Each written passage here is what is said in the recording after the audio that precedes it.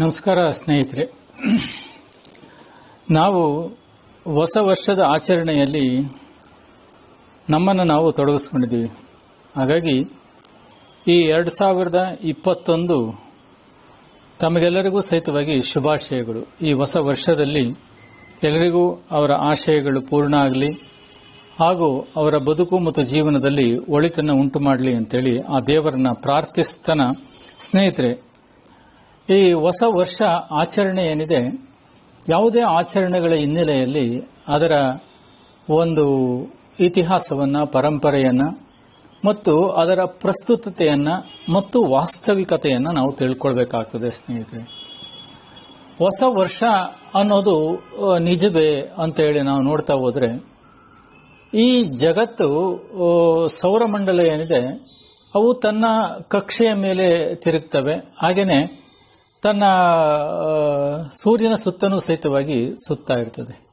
ಹೀಗೆ ಭೂಮಿ ತಾನು ತನ್ನ ಕಕ್ಷೆಯ ಮೇಲೆ ಒಂದು ಸಾರಿ ಸುತ್ತಿ ಬರಲಿಕ್ಕೆ ನಾವು ಒಂದು ವರ್ಷ ಅಂತೇಳಿ ಕರಿತೀವಿ. ಹಾಗೆಯೇ ತನ್ನ ಪರಿಧಿಯಲ್ಲಿ ಅದು ಸುತ್ತಲಿಕ್ಕೆ ನಾವು ಒಂದು ದಿನ ಅಂತೇಳಿ ಕರಿತೀವಿ.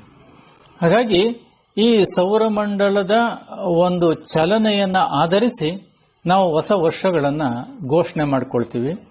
ಹಾಗಾಗಿ ಈ ಜಗತ್ತಿಗೆ there is no time and space. ಈ ಜಗತ್ತಿಗೆ ಯಾವುದೇ ರೀತಿಯಾಗಿರ್ತಕ್ಕಂತಹ ಸಮಯನೂ ಇಲ್ಲ, ಹಾಗೆಯೇ ಯಾವುದೇ ರೀತಿಯಾಗಿರ್ತಕ್ಕಂತಹ ಸ್ಪೇಸ್ ಸಹಿತ ಇಲ್ಲ. ವಾಸ್ತವಿಕ ಇನ್ ರಿಯಾಲಿಟಿಯನ್ನು ನಾವು ಅಧ್ಯಯನ ಮಾಡ್ತಾ ಹೋದ್ರೆ, ಸ್ನೇಹಿತರೆ, ಈ ಟೈಮು ಅಥವಾ ಸ್ಪೇಸು ಎಲ್ಲಿರ್ತಕ್ಕಂಥದ್ದು? ಈ ಭೂಮಿಯ ಮಧ್ಯದಲ್ಲಿರ್ತಕ್ಕಂಥ ನಮಗೆ ಮಾತ್ರನೇ ಆ ಟೈಮ್ ಅಂಡ್ ಸ್ಪೇಸ್ ಅನ್ನು ನಾವು ಅಳತೆ ಮಾಡ್ತೀವಿ, ಮೆಜರ್ ಮಾಡ್ತೀವಿ. ಹೇಗೆ ನಾವು ಭೂಮಿ ತನ್ನ ಕಕ್ಷೆಯ ಮೇಲೆ ತಿರುಗ್ತದೆ, ಒಂದು ಸುತ್ತು ಬರಲಿಕ್ಕೆ ನಾವು ಒಂದು ದಿನ ಅಂತೇಳಿ ಕರಿತೀವಿ. ಸೂರ್ಯನ ಸುತ್ತ ಒಂದು ಸುತ್ತು ಬರಲಿಕ್ಕೆ ನಾವು 365 ಕಾಲ್ ದಿನಗಳನ್ನು ತೆಗೆದುಕೊಳ್ಳೋದ್ರಿಂದ ಅದನ್ನ ಆಧರಿಸಿ ನಾವು ನಮ್ಮ ಒಂದು ಸಮಯವನ್ನು ನಿರ್ಧರಿಸಿಕೊಳ್ತೀವಿ. ಹಾಗೆಯೇ ಒಂದು ಸೆಕೆಂಡು ಅಥವಾ ಒಂದು ನ್ಯಾನೋ ಸೆಕೆಂಡಿನಿಂದ ಆರಂಭವಾಗಿ ನಾವು ಒಂದು ವರ್ಷ ಅಥವಾ ಕಲ್ಪ, ಹೀಗೆ ಹಲವಾರು ಯುಗಗಳಾಗಿ ನಾವು ಅದನ್ನು ಅಳತೆ ಮಾಡ್ತಾ ಹೋಗ್ತೀವಿ. ಅಂತ ಹೇಳಿದ್ರೆ ಈ ಭೂಮಿಯ ಮಧ್ಯದಲ್ಲಿ ಇರೋರಿಗೆ ಮಾತ್ರ ಇದೆಲ್ಲವೂ ಸೀಮಿತವಾಗಿದೆ. ಭೂಮಿಯ ಮೇಲ್ಭಾಗಕ್ಕೆ ಹೋದರೆ ಅಥವಾ ಉತ್ತರ ಧ್ರುವ, ದಕ್ಷಿಣ ಧ್ರುವಕ್ಕೆ ಹೋದರೆ ಅಲ್ಲಿ ಕತ್ತಲು, 6 ತಿಂಗಳು ಕತ್ತಲು, 6 ತಿಂಗಳು ಬೆಳಕಿರೋದನ್ನು ನಾವು ಕಾಣ್ತೀವಿ. ಹಾಗಾಗಿ ನಮ್ಮ ಗಡಿಯಾರ ಆಗಲಿ, ಕ್ಯಾಲೆಂಡರ್ ಆಗಲಿ ಅಥವಾ ಟೈಮ್ ಆಗಲಿ, ಸ್ಪೇಸ್ ಆಗಲಿ ಅಲ್ಲಿ ಗಣನೆಗೆ ಸಿಗೋದಿಲ್ಲ ಸ್ನೇಹಿತರೆ. ಹಾಗೇನೆ ನಾವು ಭೂಮಿಯಿಂದ ಮೇಲೆ ಸೌರಮಂಡಲದ ಮೇಲಕ್ಕೆ ಹೋದ್ರೆ ಅಲ್ಲಿ ಸೂರ್ಯನ ಹುಟ್ಟುವಿಕೆ ಆಗಲಿ ಅಥವಾ ಸೂರ್ಯನ ಮುಳುಗುವಿಕೆ ಆಗಿರ್ತದೆ. ಸೂರ್ಯ ಯಾವಾಗಲೂ ಸ್ಥಿರವಾಗಿರ್ತಾನೆ, ಭೂಮಿಯ ಅಷ್ಟೇ ಚಲನೆಯನ್ನ ಹೊಂದಿರ್ತದೆ. ಭೂಮಿಯ ಚಲನೆ, ಚಂದ್ರನ ಚಲನೆ ಮತ್ತು ಖಗೋಳದಲ್ಲಿರ್ತಕ್ಕಂಥ ಅನೇಕ ಆಕಾಶಕಾಯಗಳ ಚಲನೆಯನ್ನ ಆಧರಿಸಿ ಇದನ್ನು ಅರ್ಥ ಮಾಡ್ಕೊಳ್ಬೇಕು. ನಮ್ಮ ಸೌರಮಂಡಲ ಚಲನೆ, ಹಾಗೆಯೇ ಆಕಾಶದಲ್ಲಿರ್ತಕ್ಕಂಥ ಆಕಾಶಕಾಯಗಳು, ನಾವೇನು ಅನೇಕ ನಕ್ಷತ್ರಗಳನ್ನು ನಾವು ನೋಡ್ತಿದ್ದೀವಿ, ಅವುಗಳೆಲ್ಲರ ಚಲನೆಯನ್ನು ಆಧರಿಸಿ ನಾವು ಈ ಎಲ್ಲ ಸಮಯವನ್ನು ಅಳತೆ ಮಾಡ್ತಾ ಹೋಗ್ತೀವಿ ಸ್ನೇಹಿತರೆ. ಆಗಲೇ ಈ ಸಮಯವನ್ನು ಅಳತೆ ಮಾಡಬೇಕಾದ್ರೆ ಗ್ರಿಗೇರಿಯನ್ ಅಂತಕ್ಕಂಥವನು ಈ ಕ್ಯಾಲೆಂಡರ್ನ 16ನೇ ಶತಮಾನದಲ್ಲಿ ಅವನು ಜಾರಿಗೆ ತಂದ. ಆದರೆ ಈ 16ನೇ ಶತಮಾನದಲ್ಲಿ ಅವನು ಜಾರಿಗೆ ತರೋದಕ್ಕಿಂತ ಮೊದಲು ಬೇರೆ ಬೇರೆ ರೀತಿಯಾಗಿರ್ತಕ್ಕಂತಹ ಕ್ಯಾಲೆಂಡರ್ಗಳನ್ನು, ಹಾಗೇನೆ ಬೇರೆ ಬೇರೆ ರೀತಿಯಾಗಿರ್ತಕ್ಕಂಥ ಕಾಲ ಗಣನೆಯನ್ನ ನಾವು ಕಾಣ್ತಾ ಹೋಗ್ತೀವಿ ಸ್ನೇಹಿತರೆ. ಈ ಕಾಲ ಗಣನೆ ಏನಿದೆ, ಈ ಕಾಲ ಗಣನೆ ಅದು ಶಾಲಿವಾಹನ ಶಕ ಇರ್ಬೋದು ಅಥವಾ ವಿಕ್ರಮ ಶಕ ಇರ್ಬೋದು ಅಥವಾ ಇನ್ನೂ ಬೇರೆ ಬೇರೆ ರೀತಿಯಾಗಿರ್ತಕ್ಕಂಥ ಇಜರೆ ಶಕವನ್ನು ನಾವು ಕಾಣ್ತೀವಿ. ಹೀಗೆ ಬೇರೆ ಬೇರೆ ಶಕಗಳನ್ನ ನಾವು ಅಥವಾ ಸಮಯವನ್ನು ಅಳಿತಕ್ಕಂಥ ಕ್ಯಾಲೆಂಡರ್ಗಳನ್ನ ಕಾಣ್ತೇವೆ. ಇಲ್ಲಿ 2 ರೀತಿಯಾಗಿರ್ತಕ್ಕಂತಹ ಕ್ಯಾಲೆಂಡರ್ಗಳನ್ನ ಕಾಣ್ತೀವಿ. ಒಂದು ಚಂದ್ರನನ್ನು ಆಧರಿಸಿರ್ತಕ್ಕಂಥ ಚಂದ್ರಮಾನ ಕ್ಯಾಲೆಂಡರ್ಗಳು, ಇನ್ನೊಂದು ಸೂರ್ಯನನ್ನು ಆಧರಿಸಿರ್ತಕ್ಕಂಥ ಸೂರ್ಯಮಾನ ಕ್ಯಾಲೆಂಡರ್ಗಳು ಅಂತೇಳಿ ಕರಿತೀವಿ. ಭಾರತದಲ್ಲಿಯೂ ಸಹಿತವಾಗಿ ಈ 2 ರೀತಿಯಾಗಿರ್ತಕ್ಕಂತಹ ಕ್ಯಾಲೆಂಡರ್ಗಳನ್ನ ನಾವು ಕಾಣ್ತೀವಿ ಸ್ನೇಹಿತರೆ. ನಾವು ಈ ಕ್ಯಾಲೆಂಡರ್ಗಳ ಪ್ರಕಾರ ಹಿಂದೂಗಳಿಗೆ ಇದು ಹೊಸ ವರ್ಷ ಅಲ್ಲ. ಕೇವಲ ಯುಗಾದಿ ನಮಗೆ ಚೈತ್ರ ಮಾಸ ಏನಿರ್ತದೆ ಅದು ಹೊಸ ವರ್ಷ. ಹಾಗಾಗಿ ಅದು 12 ತಿಂಗಳು ಇರ್ತದೆ ಸ್ನೇಹಿತರೆ. ಆದರೆ ಈ ಕ್ಯಾಲೆಂಡರ್ ಯಾವುದು ನಾವು ಈಗ ಉಪಯೋಗಿಸ್ತಕ್ಕಂತಹ ಗ್ರಿಗೇರಿಯನ್ ಕ್ಯಾಲೆಂಡರ್ ಅಂತ ಏನು ಕರಿತೀವಿ, ಅದು 1582ರಲ್ಲಿ 1582ರಲ್ಲಿ ಪೋಪ್ ಗ್ರೆಗೋರಿ ಅಂತಕ್ಕಂಥವನು ಈ ಕ್ಯಾಲೆಂಡರ್ನ ಘೋಷಿಸ್ತ. ಆವಾಗಿಂದಲೂ ಸಹಿತವಾಗಿ ಈ ಕ್ಯಾಲೆಂಡರ್ ಸೂರ್ಯ, ಚಂದ್ರ, ಭೂಮಿ ನಡುವಿನ ಸಂಚಲನೆ ಮತ್ತು ಪಥಗಳ ಬದಲಾವಣೆ, ಇದನ್ನ ಅರ್ಥ ಮಾಡ್ಕೋ. ಸೂರ್ಯ, ಚಂದ್ರ, ಭೂಮಿಯ ನಡುವಿನ ಸಂಚಲನೆ ಮತ್ತು ಪಥ ಬದಲಾವಣೆಗಳನ್ನು ಆಧರಿಸಿ ಈ ಕ್ಯಾಲೆಂಡರ್ಗಳನ್ನು ರಚಿಸಲಾಗಿದೆ ಸ್ನೇಹಿತರೆ. ಆದರೆ ನಾವು ಧಾರ್ಮಿಕ, ಭವಿಷ್ಯ ನಿರ್ಧಾರ, ಜ್ಯೋತಿಷ್ಯ ಅನೇಕ ವಿಷಯಗಳಿಗೆ ಬಳಕೆ ಆಗ್ತಿರ್ತಕ್ಕಂಥದ್ದು ನಮ್ಮ ಶಾಲಿವಾಹನ ಶಕ ಕ್ಯಾಲೆಂಡರ್ನ ಅಥವಾ ಇಜರೆ ಶಕ ಕ್ಯಾಲೆಂಡರ್ನ ಅಥವಾ ಜಗತ್ತಿನಲ್ಲಿ ಇತರ ಕ್ಯಾಲೆಂಡರ್ಗಳನ್ನ ನಾವು ಕಾಣ್ತೀವಿ. ಕುಟುಂಬದಲ್ಲಿ ಬರ್ತಕ್ಕಂತಹ ಧಾರ್ಮಿಕ ಆಗಿರ್ತಕ್ಕಂತಹ ಪರಂಪರೆಗಳಿರಬೇಕು, ರೂಢಿ ಸಂಪ್ರದಾಯಗಳು, ಇವೆಲ್ಲವನ್ನೂ ಸಹಿತವಾಗಿ ನಾವು ಯಾವಾಗಲೂ ಸಹಿತ ಹಿಂದೂ ಶಾಲಿವಾಹನ ಶಕವನ್ನ ಬಳಸ್ಕೊಳ್ತಾ ಹೋಗ್ತೀವಿ ಸ್ನೇಹಿತರೆ.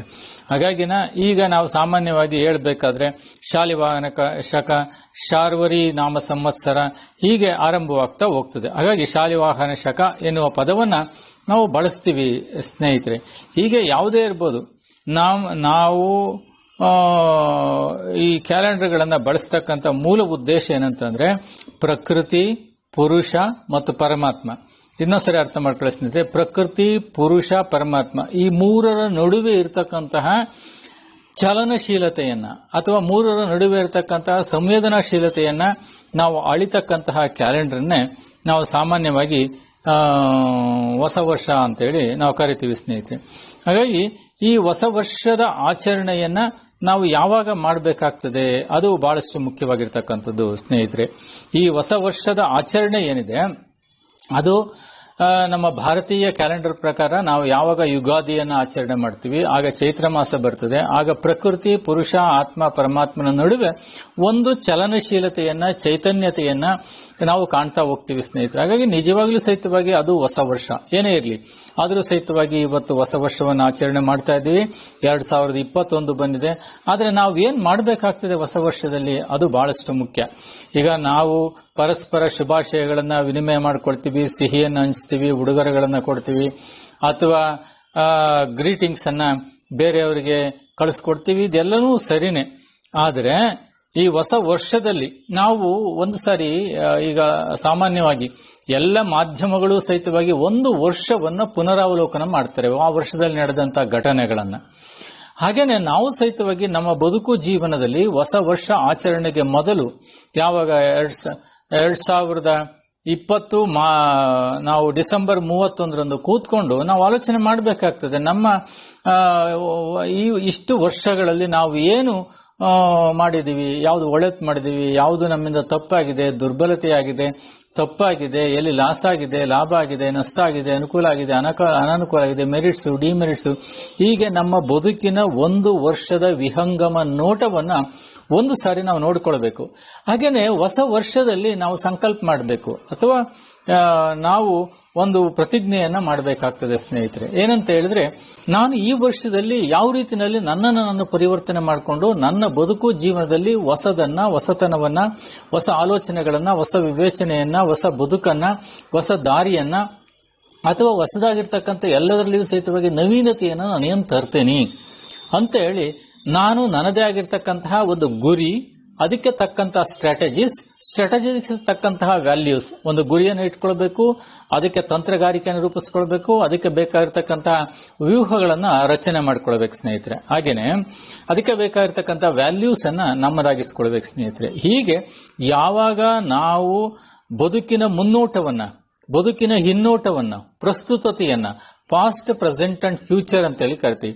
ಪ್ರೆಸೆಂಟ್ ಅಲ್ಲಿ ಇದ್ಕೊಂಡು ಈ ಮೂರು ಕಾಲಗಳನ್ನ ನಾವು ಅರ್ಥ ಮಾಡ್ಕೊಳ್ತೇನೆ. ನಮ್ಮ ಬದುಕಿನಲ್ಲಿ ಒಂದು ಹೊಸತನ ರೂಪಿಸ್ಕೊಂಡಾಗ, ಚೈತನ್ಯವನ್ನು ರೂಪಿಸ್ಕೊಂಡಾಗ ಎಲ್ಲೋ ಒಂದು ಕಡೆನಲ್ಲಿ ನಾವು ಹೊಸ ವರ್ಷದ ಆಚರಣೆಗೆ ರಿಯಾಲಿಟಿ, ವಾಸ್ತವಿಕ ಪ್ರಸ್ತುತತೆಯನ್ನು ತಂದಂತಾಗ್ತದೆ ಸ್ನೇಹಿತರೆ. ಸುಮ್ಮನೆ ಎಲ್ಲರೂ ಬಟ್ಟೆ ಹಾಕೊಂಡ್ವಿ, ಸಿಹಿ ಹಂಚಿದ್ವಿ, ಗ್ರೀಟಿಂಗ್ಸ್ ಮಾಡ್ಕೊಂಡ್ವಿ ಅಥವಾ ಏನೋ ಡ್ಯಾನ್ಸ್ ಮಾಡಿದ್ವಿ, ಕುಣಿದ್ವಿ, ಇದರಿಂದ ಏನು ಪ್ರಯೋಜನ ಆಗೋದಿಲ್ಲ. ಅವತ್ತು ತಾತ್ಕಾಲಿಕವಾಗಿರ್ತಕ್ಕಂಥ ಖುಷಿ ಸಿಗ್ತದೆ ಹೊರತು ನಾವು ಬದುಕಿನ ಮುನ್ನೋಟ, ಬದುಕಿನ ಹಿನ್ನೋಟವನ್ನು ಇಟ್ಕೊಂಡು ಬದುಕಿನ ಹಿನ್ನೋಟದ ಆಧಾರದ ಮೇಲೆ ಬದುಕಿನ ಮುನ್ನೋಟವನ್ನು ನಾವು ಕಟ್ಕೊಂಡಾಗ, ಶ್ರೇಷ್ಠವಾಗಿ ಕಟ್ಕೊಂಡಾಗ ಎಲ್ಲೋ ಒಂದು ಕಡೆನಲ್ಲಿ ನಮ್ಗೆ ನಮ್ಮ ಬದುಕಿನಲ್ಲಿ ನಾವು ಸುಂದರತೆಯನ್ನ, ಬದುಕನ್ನ ಮೌಲ್ಯಾಧಾರಿತವಾಗಿ ಕಟ್ಕೊಳ್ತಕ್ಕಂಥದ್ದನ್ನ, ಬದುಕನ್ನ ಒಂದು ರೀತಿಯಲ್ಲಿ ಆಸ್ವಾದಿಸ್ತಕ್ಕಂತಹ ಒಂದು ಹೊಸ ಆಲೋಚನೆ ಚಿಂತನೆಗಳನ್ನು ತರ್ತಕ್ಕಂಥ ಪ್ರಯತ್ನವನ್ನ ನೀವೆಲ್ಲ ಮಾಡ್ತೀರಾ ಅಂತ ಹೇಳ್ತೇನೆ. ಹೊಸ ವರ್ಷ 2021 ನಿಮ್ಮ ಬದುಕು ಜೀವನದಲ್ಲಿ ಒಳ್ಳೆಯದಾಗಲಿ, ಅಥವಾ ಶ್ರೇಷ್ಠ ಗುರಿಗಳನ್ನು ಇಟ್ಕೊಳ್ಳಿ, ಹಾಗೇನೆ ಪಾಸಿಟಿವ್ ಆಗಿ ಸಕಾರಾತ್ಮಕವಾಗಿ ಆಲೋಚನೆ ಮಾಡಿ ಅಂತ ಹೇಳ್ತೇನೆ. ನಾವು ಕಾಲಘಟ್ಟ ಮತ್ತು ಕಾಲಕ್ಕೆ ತಕ್ಕಂತೆ ನಾವು ಬದುಕ್ತಕ್ಕಂಥ ಸಾಮರ್ಥ್ಯ ಶಕ್ತಿಗಳನ್ನ ಆ ದೇವರು ನಿಮಗೆ ಕೊಡ್ಲಿ ಅಂತ ಹೇಳ್ತಾ ಒಳ್ಳೆಯದಾಗಲಿ ಸ್ನೇಹಿತರೆ. ಎಲ್ರಿಗೂ ಶುಭಾಶಯಗಳು.